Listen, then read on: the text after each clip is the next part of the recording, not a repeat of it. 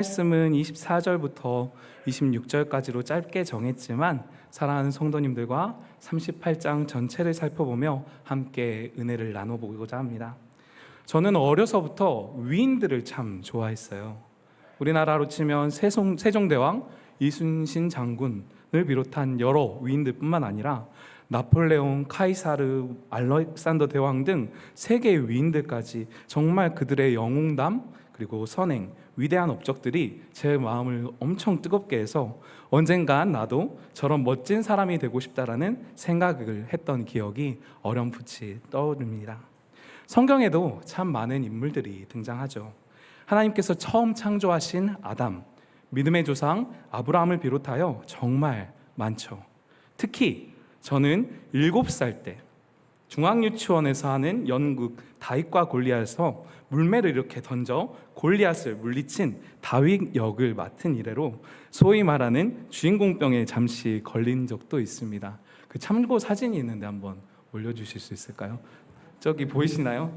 저 검정색과 빨간색 옷을 입고 꽤 그럴듯하죠? 다윗이 되어가지고 물매를 던지면서 나는 다윗이야, 다윗과 같은 삶을 살아야 되겠다, 그것이 얼마나 고난인지 모르고 그렇게 까불었던 적이 있습니다. 내려주셔도 되겠습니다.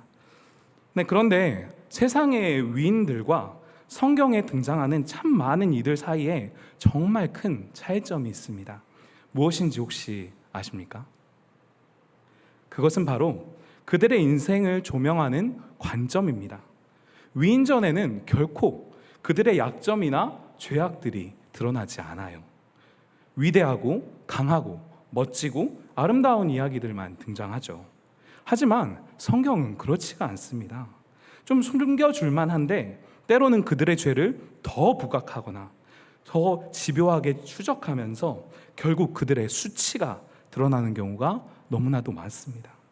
다윗의 밧세바 사건이나 예수님을 부인했던 베드로 사건처럼 사람이라면 누구나 감추고 싶은 약점, 죄의 문제들을 다룬다는 것이죠. 사랑하는 성도 여러분, 오늘 본문 창세기 38장에 등장하는 유다 또한 마찬가지였습니다. 야곱의 몇째 아들인지 혹시 아세요? 첫째? 둘째? 셋째? 아니죠. 무려 넷째 아들이거든요. 네 번째 아들인데 장자권의 축복을 받았습니다. 그리고 무엇보다 예수님의 족보에 등장하는 큰 영광을 누린 그 유다죠.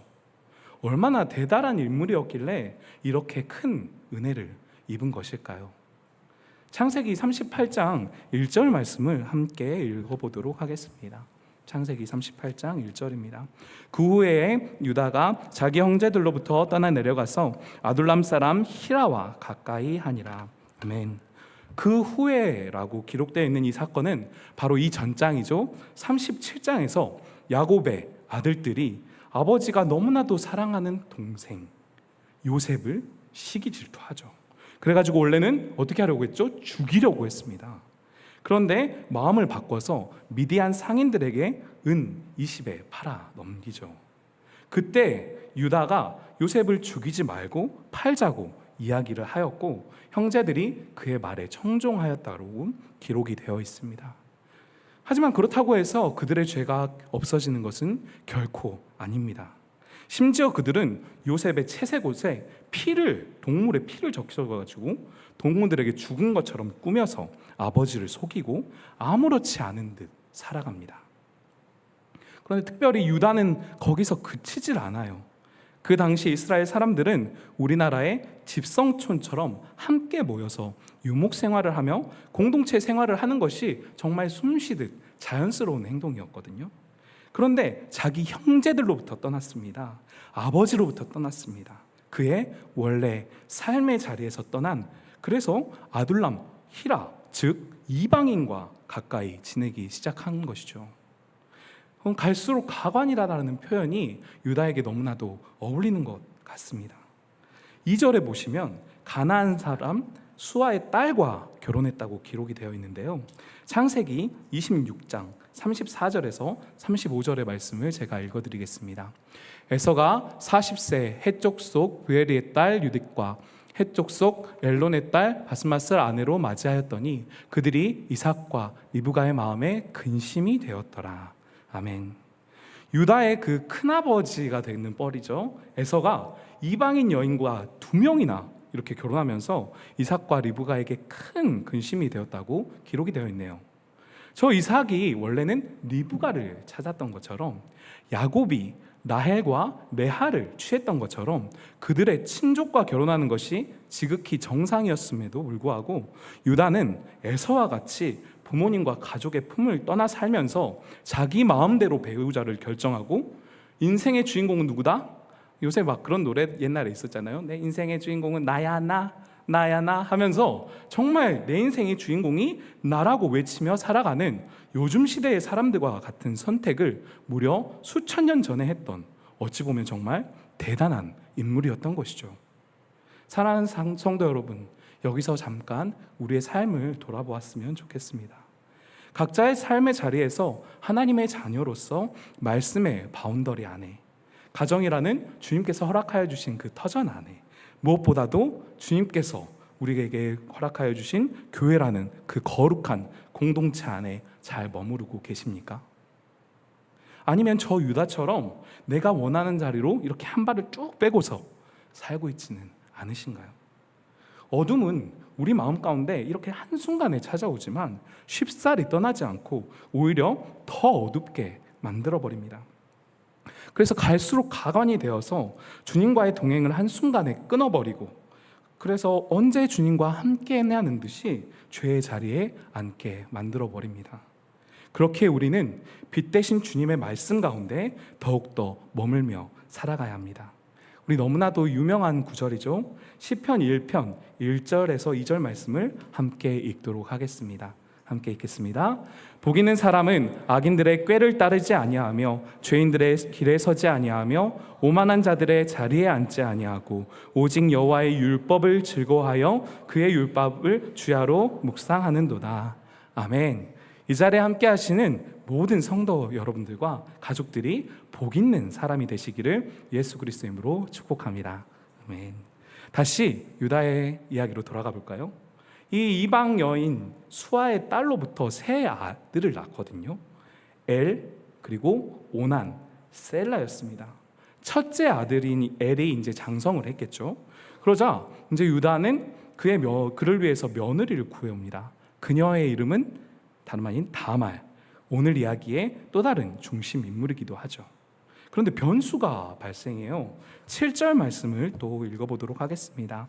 함께 읽겠습니다. 유다의 장자 엘이 여호와가 보시기에 악함으로 여호와께서 그를 죽이신지라. 하나님 앞에서 얼마나 악했으면 여호와께서 그를 죽였다라고 기록이 되어 있습니다. 그의 장자인 엘이 이렇게 자식도 없이 젊은 나이에 요절을 해버린 것이죠.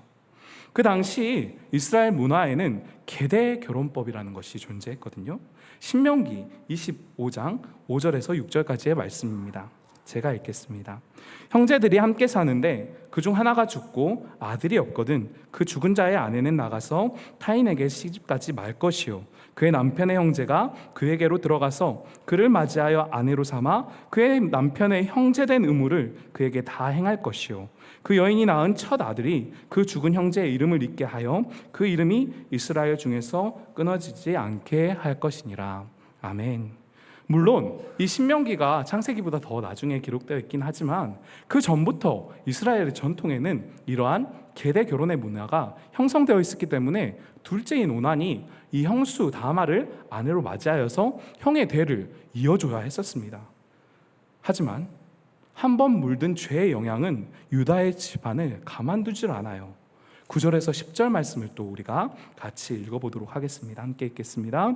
오난이 그 씨가 자기 것이 되지 않을 줄 알므로 형수에게 들어갔을 때에 그의 형에게 씨를 주지 아니하려고 땅에 설정하니 그 일이 여호와가 보시기에 악함으로 여호와께서 그도 죽이시니. 오난도 자기 형과 다를 바가 없는 인물이었나 봅니다. 철저한 자기중심의 생각 속에서 마땅히 행해야 될 바를 아니하고 일부러 땅에 설정함으로써 나는 형의 대를 이어줄 생각이 없다라고 선포한 것이나 다름없는 행동을 한 것이죠. 하나님께서는 이 또한 악하게 보시고 오난까지 죽여버리십니다. 성도 여러분, 우리는 지금 아침 드라마로 대변되는 막장 스토리를 보고 있는 것이 아닙니다. 성경에 분명히 기록된 장자의 축복을 받았고 예수님의 족보에 들어간 유다의 가족 이야기를 함께 보고 계십니다. 말이 된다고 생각하십니까? 막장 드라마도 아니고 죄가 꼬리에 꼬리를 물고 죽음이 난무하는 마치 저주와 같은 현장의 한복판에 서 있는 것이 바로 그 당시 유다와 그의 가족들의 삶이었단 말입니다. 이렇게 된 이유가 무엇일까요? 자식들의 팔자입니까? 저들만의 죄입니까? 아니요. 바로 유다가 자기의 죄를 회개하지 아니하고 자기 멋대로 하나님의 공동체를 떠나고 자기 마음대로 살며 인생이 주인공이 나라고 소리 없는 아우성을 외치며 살아온 안타까운 결과입니다. 사랑하는 여러분, 죄의 삭은 무엇입니까? 그렇습니다. 사망입니다. 그 사망의 권세가 덮여버린 이 유다의 가정, 도대체 어찌해야 된단 말입니까? 무엇보다 더 큰 문제는 한 번 시작된 죄의 씨앗은 폭주 기관차처럼 멈추질 않는다는 사실입니다. 11절에는 셋째 아들 셀라가 이제 계대 결혼법에 따라서 다말과 결혼을 해야 되거든요. 그런데 벌써 둘이나 죽었잖아요. 유다는 그것이 두려운 거예요. 그래서 셀라가 어리다는 핑계 삼아 그것을 막고 다말을 어디로 보내죠? 아버지 집, 친정으로 보내버립니다. 말이 기다리라고 하는 것이 하지 실제적으로 완전히 쫓아내버린 것과 다름이 없죠. 이 일이 얼마 지나지 않아서 12절에 보면 유다의 아내 가나안 사람의 수알의 딸이 죽습니다. 애도의 기간이 있었다고 하고 그의 친구 히라와 또 양털을 깎으러 자기 본업으로 딥나로 나갑니다. 이 소식을 며느리인 다말이 듣죠. 14절 말씀을 같이 읽도록 하겠습니다. 14절입니다. 그가 그 과부의 의복을 벗고 널로 얼굴을 가리고 몸을 휩싸고 딥나 길곁 에나임 문에 앉으니 이는 셀라가 장성함을 보았어도 자기를 그의 아내도 주지 않음으로 말미암음이라. 아멘. 유다는 어쩌면 다말을 애써 잊어버리려 했는지도 모르겠습니다. 벌써 두 아들이나 잡아먹은 이 몹쓸 며느리, 그냥 외면하면서 살고 싶었는지도 모를 일이죠. 하지만 다말의 입장은 너무나도 달랐습니다. 그 당시에 남편이 죽고 아들 또한 없는 과부는 저주받은 사람 취급을 당했거든요. 그렇기에 계대 결혼법으로 이러한 과부들을 구제해주고자 하는 하나님의 선하신 뜻이 담겨 있는 것입니다. 이를 행하지 않는 그 시아버지 유다에게 다말은 이윽고 정말 파격적인 행보를 계획합니다. 그것은 바로 유다를 직접 유혹하는 일이었죠. 얼굴이 가린 그녀를 마주한 유다는 결혼한 이제 아내가 죽은 지 얼마나 되었다고 그 음심이 동하여가지고 그가 창녀인 줄 알고 담보인 도장과 끈과 지팡이를 주고 그녀에게로 들어갑니다. 무슨 또 기가 막힌 상황인지 한 번에 임신이 되어버렸어요. 이를 알 리가 없는 유다는 담보물을 이제 찾아야 되잖아요. 그래서 자기가 가기는 좀 창피하니까 친구 히라에게 부탁하여서 염소 새끼를 보내요. 근데 찾을 수 있었을까요? 아니요, 당연히 숨어버렸죠. 찾을 수 없게 되었고 수치를 당할까 염려한 그는 이 사건을 그냥 덮음으로 하나의 해프닝으로 넘기려고 했었을 것입니다. 하지만 하나님께서 계획하신 이 사건을 그냥 넘어가는 것을 보셨습니까? 항상 클라이막스가 존재하죠. 어느덧 본문 말씀에 다가왔나요? 24절 말씀입니다. 함께 읽어보겠습니다. 석 달쯤 후에 어떤 사람이 유다에게 일러 말하되 내 며느리 다말이 행음하였고 그 행음으로 말미암아 임신하였느니라. 유다가 이르되 그를 끌어내어 불사르라. 말 그대로 불꽃 엔딩입니다. 자기가 외면하고 쫓아버렸다는 사실을 새카맣게 잃어버리고 그저 행음하였다는 그 사실 하나만으로 며느리를 옳았구나 하고 불태워 죽여버리려고 합니다. 버닝. 실로 그 광기가 대단하다고 볼 수가 있습니다.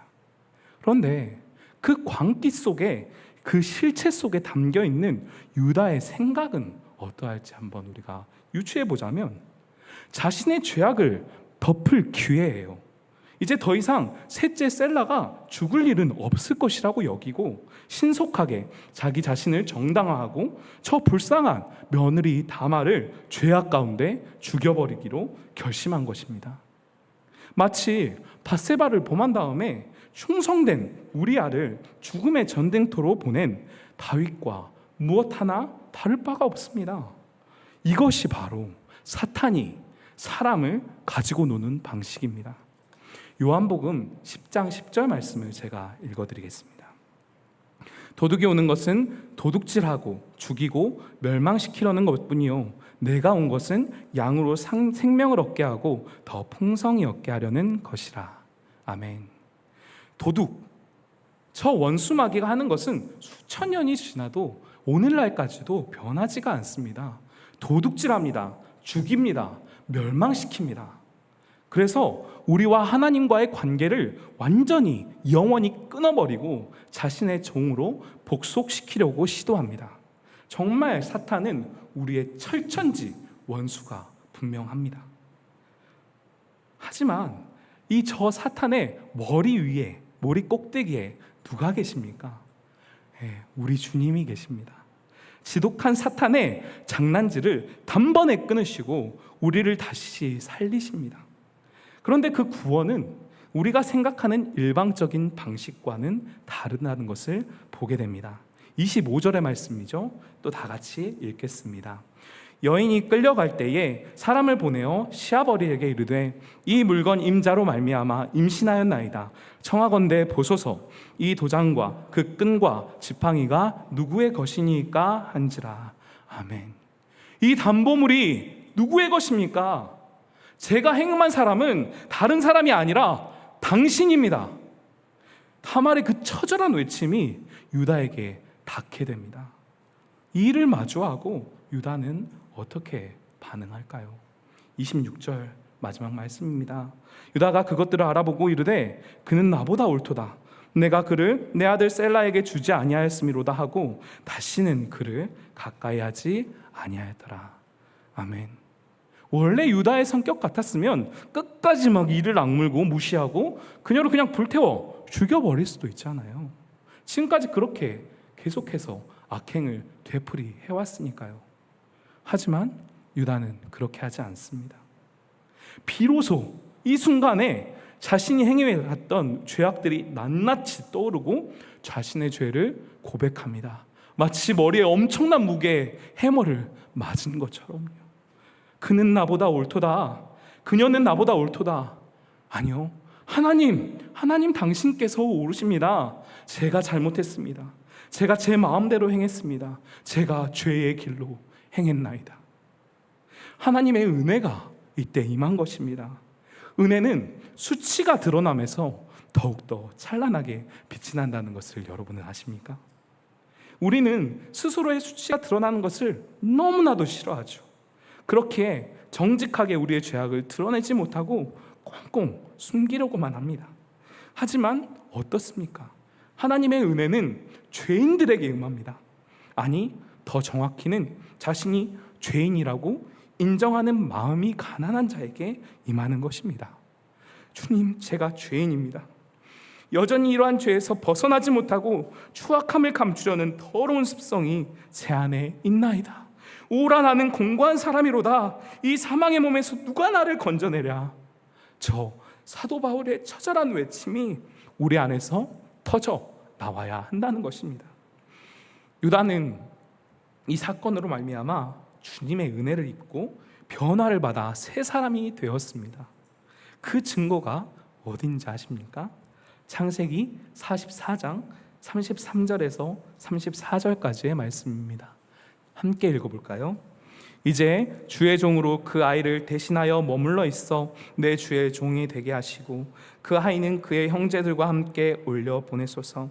그 아이가 나와 함께 가지 아니하면 내가 어찌 내 아버지에게로 올라갈 수 있으리이까. 두렵건대 제 해가 내 아버지에게 미침을 보리이다. 아멘. 어느덧 시간이 흘러요. 그래서 요셉이 총리가 된 애굽의 흉년이 이제 애굽뿐만 아니라 전체가 흉년이 들었잖아요. 그래서 양식을 구하러 애굽에 가게 되죠. 요셉은 그 형제들을 봤지만 모른 척하고 선대하지만 한 가지를 시험합니다. 그것이 바로 막내 동생 베냐민. 아까 목사님께서도 설교하셨지만 너무나도 야곱이 사랑했던 한 여인, 그 라헬의 또 다른 아들인 그 베냐민의 자루에 은잔을 넣고 그가 종이 되어야 한다고 막 엄포 협박을 합니다. 그때에 그 앞에 넙죽 엎드려서 이야기하는 한 사람이 있어요. 바로 유다입니다. 형제를 대표하는 모습은 그 옛날과 다를 바가 없지만 그의 태도가 완전히 바뀌었습니다. 그의 언변의 곳곳에는 이제 차가움이 아니라 아버지에 대한, 그리고 가족에 대한 사랑, 그 지키고자 하는 선한 마음이 가득합니다. 그리고 결국 고백합니다. 나를 종으로 삼으시고 저들을 보내소서. 나를 죽이고 저들을 살리소서. 근데 이거 어디서 많이 들어본 스토리 아닙니까? 그렇습니다. 예수님의 이야기입니다. 예수님의 이야기입니다.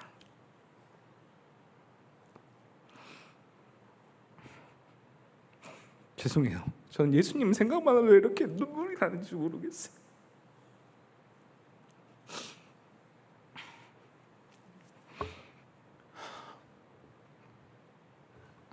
네, 죄로 말미암아 죽을 수밖에 없는 우리를 살리고 죄도 아무것도 없으신 완전하신 예수님은 그저 묵묵히 그 십자가의 고난의 길을 가셨습니다.